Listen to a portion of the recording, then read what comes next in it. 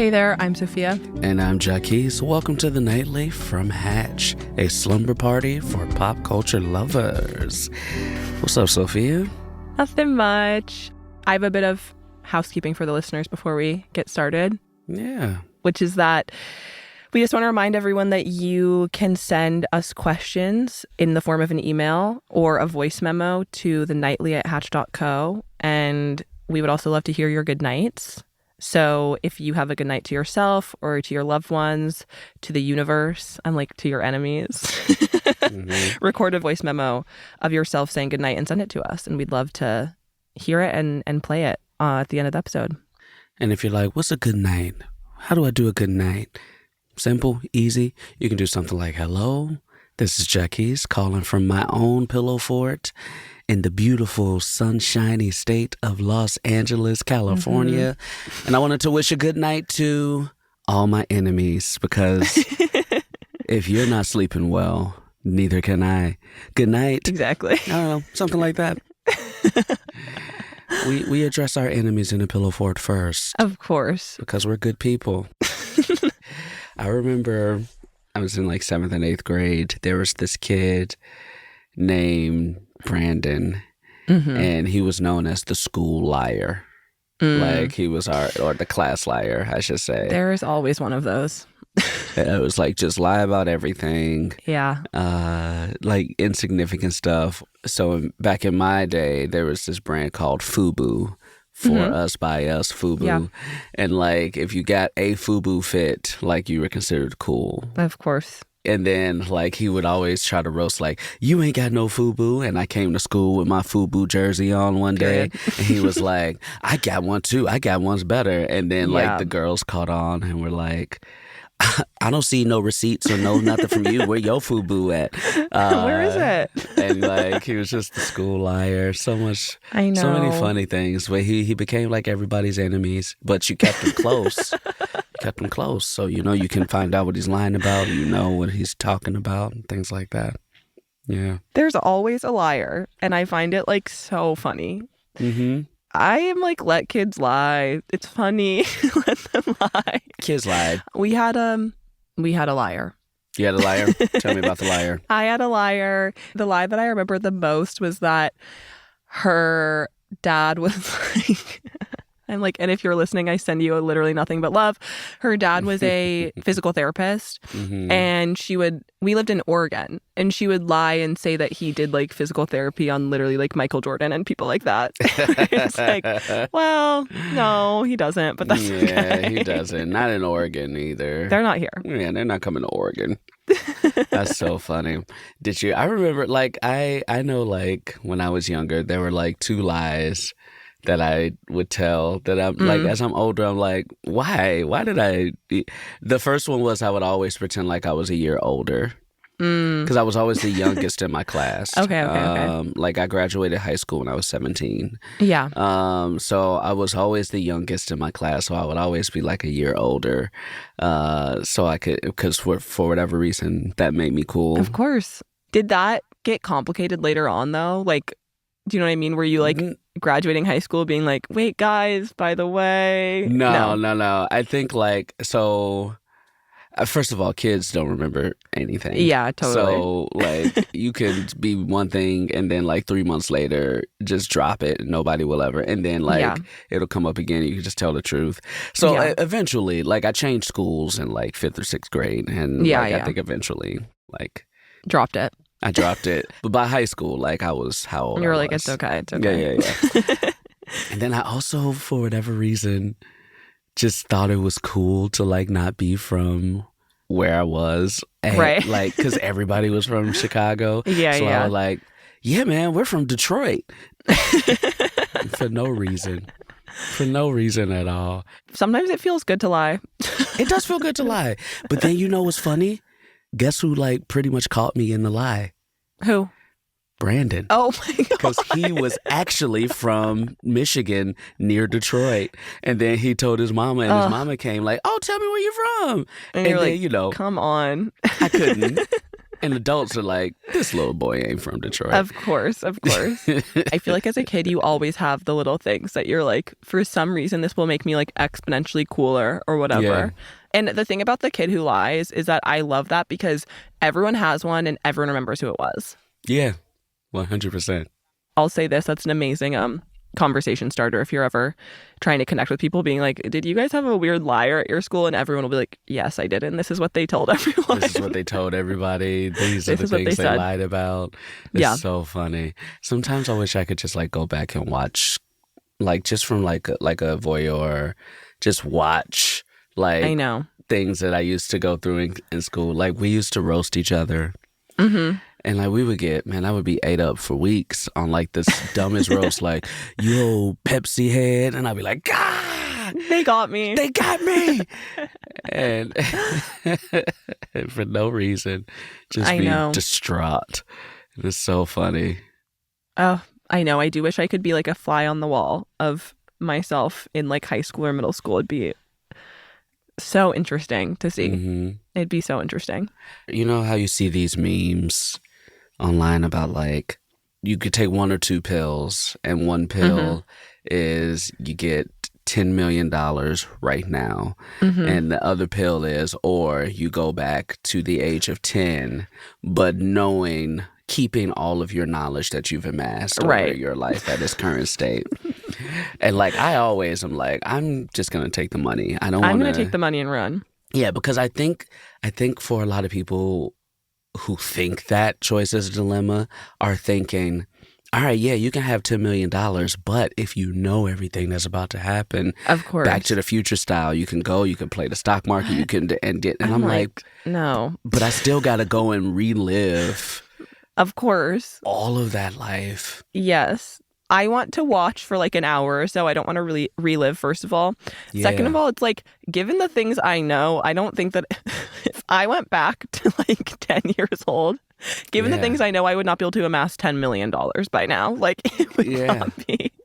That would not be it. I also think just the weight of knowledge of knowing what's going on. Like, how do you stop bad things from happening? Yeah. It's too much. People are going to be like, who is this weird kid? Who's seeing too much. Yeah. And then, like, if stuff starts coming true, then you're going to be like, But I also kind of take the Eternal Sunshine of the Spotless Mind approach, which is a great movie if nobody's ever seen it. Of course. Which is like, the movie is about breaking up with someone and then you erase them from your memory.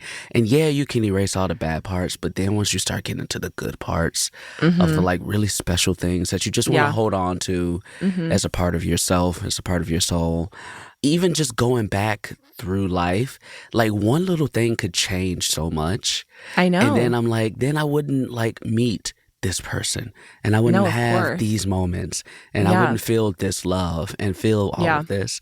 And so I'm like, I don't want to like regret. I'm sure we all have them, but like, I don't want to lose any of the good moments I've had to. No, I don't need to change much.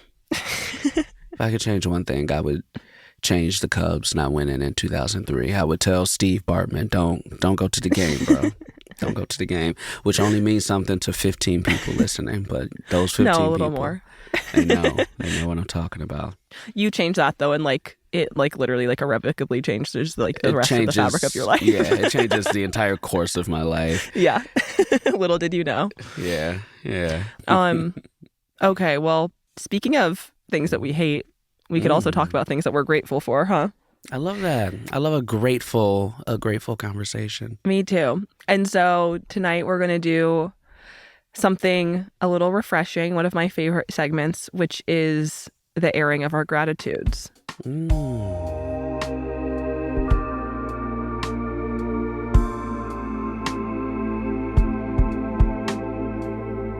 you want to go first? What are you grateful for, Jacquis? I would love to go first. I'm grateful that you're letting me. Thank you so much. First and foremost, I'm grateful for going first. Yes, I'm grateful for going first. I'm a theater kid. Theater will always be near and dear to my heart. And the first musical or the first Broadway production that I saw was the national tour of Wicked This is like 2004, early 2005. The original national tour cast came through Chicago. And I had started doing theater my junior year of high school, so I'd only been doing it for about a year or so. Decided I wanted to do that for, my career and my life. And saw that play. That was the first Broadway musical that I saw, and was like, oh, like, I love what I do, but like, you could like change people's like trajectories and lives, like doing stuff on this scale, because like I never seen anything like that. And obviously so many people felt that way, considering it's still on Broadway to this day and still touring, and it's the most popular Broadway hit of all time, I think. And like, so it was, but seeing that when it was at the beginning of its like dominance on the theater world was so special and so influential to me as a actor who like knew like, oh, there is no plan B for this. Like, this is what I want to do. This is what I'm going to do. This is my life right here. Because I could get to moments like this, right? And so like, knowing all of that, I'm really grateful that the movies are out. Part 1 and part 2 are out, and that they are getting a positive play, and like people are enjoying them and liking them, and they're huge. And like Wicked is big no matter what, but there are a lot of people who had never seen Wicked who this is their first time seeing it, or seeing it in a fleshed out version. And movie musicals are not new, but for a while there, they were looked at as, I don't want to say lame, but just kind of like, oh, yeah, a musical, right? Yeah. And like Wicked is one where it was like, oh no, this is a great story, like nominated for Oscars, like performances are amazing. And it kind of takes me back to, well, I wasn't born then, but when West Side Story was so big, and like that was, it changed like the cultural aspect of like the filmmaking era, and like I think Wicked is in that. So I think that's dope. And considering how special it is to me personally, it's really dope that people are enjoying it and loving it. And I'm grateful that the world is speaking positively about some theater stuff. Yes, it's beautiful. I think Wicked was the first thing I saw on Broadway too when I was like pretty young. That's dope. I think that's probably the case for a lot of people. Yeah. But it is amazing and beautiful how art can transform people. Did you saw the second part, I'm assuming, already? Yeah, I saw the second one already. Yeah. Did you like it? I did. Yeah, it was great. Yeah. It was good. Performances, fantastic. I always love when like people who are already stars in their careers get that one thing that's like, oh snap. Icon status, like cemented. And especially when it comes later in their careers, and it's like, now this is something else you're gonna remember me for. It's almost like a BC and an AD, like before Wicked and after Wicked, for like somebody like Ariana Grande and stuff like that. 100%. Yeah, I think that's like really dope. Yeah, it's fun. I saw it also with some friends, and it's just fun when everyone is like seeing something and talking about it, and there's like culture for everyone. It's all very communal feeling. Yeah, it's really dope. It's really great. So yeah, I'm loving it. Who would you be if you got your pick out of everyone in Wicked? Oh, Fiyero.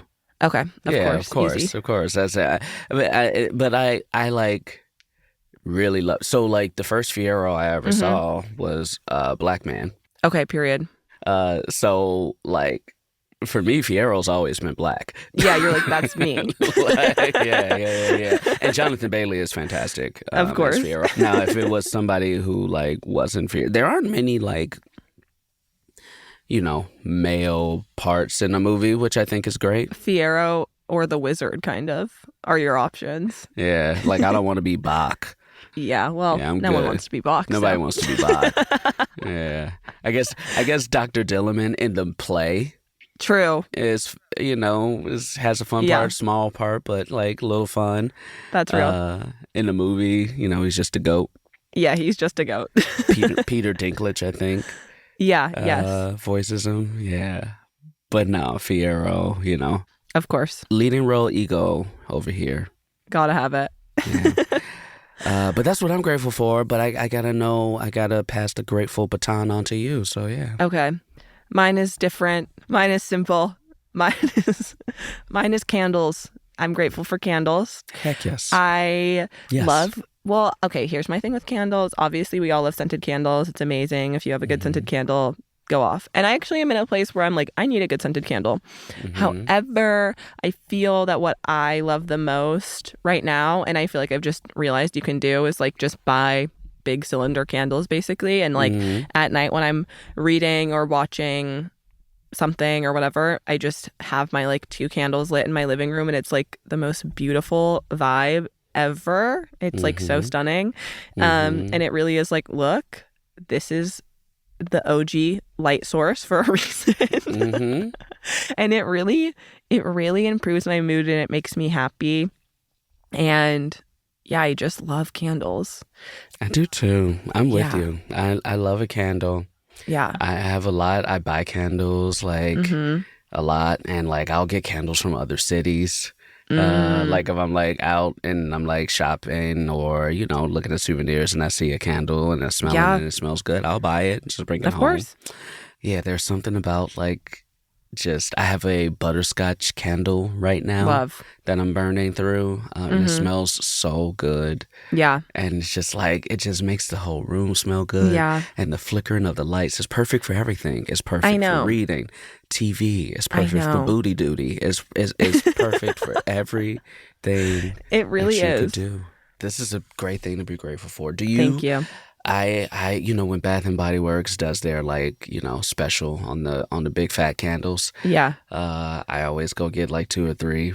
Yeah, but like I'll go on the smell parade, like, of course, I'm smelling a lot. We gotta figure it out. We gotta know what the best ones are. Yes. And you know where else I get candles from? Where? Cracker Barrel. Oh my God, what are their candles scented as? Well, no, they just have like a candle section, and they'll always have like some fun smelling candles over there too. Wait, I need to try that, because Cracker Barrel has like an amazing gift shop, right? Yeah, that is the first thing. It's the first and last thing you enter and see. Yeah, they got you. Yeah. I need to get some scented candles, because I've been rocking with the unscented ones, but lately I'm like, no, I want it to smell good in here too.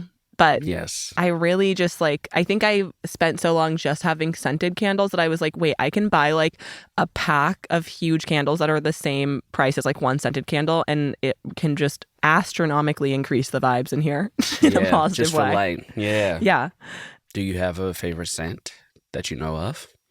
I really like this one company called like PF Candles. I don't know. They're like kind of, they have like, I don't know the scents that I like. I can't remember off the top of my head, but they have like nice kind of like pine, cedar, or like earthy, whatever ones that I like a lot. And I think I'll get something from them soon. Heck yeah. Yeah. I love it. Well, Jacquis, speaking of candles, I feel like my energy has dimmed. Yes. And I feel like it's time for me to hit the hay and to go to sleep. You know what? The candles are burning.